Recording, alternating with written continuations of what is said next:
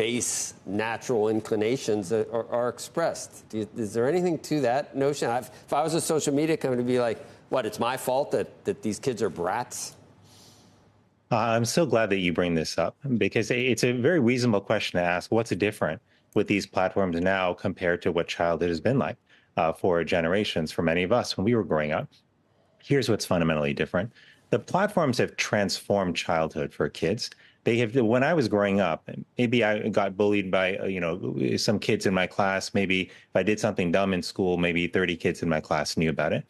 The world is very different now for children. You do something that perhaps you're embarrassed by, and thousands of people may be seeing it because it's recorded, it's posted.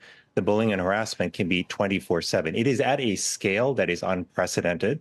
And the other thing is, we're seeing on these platforms, they've become a medium to introduce harmful content to kids that they never sought out.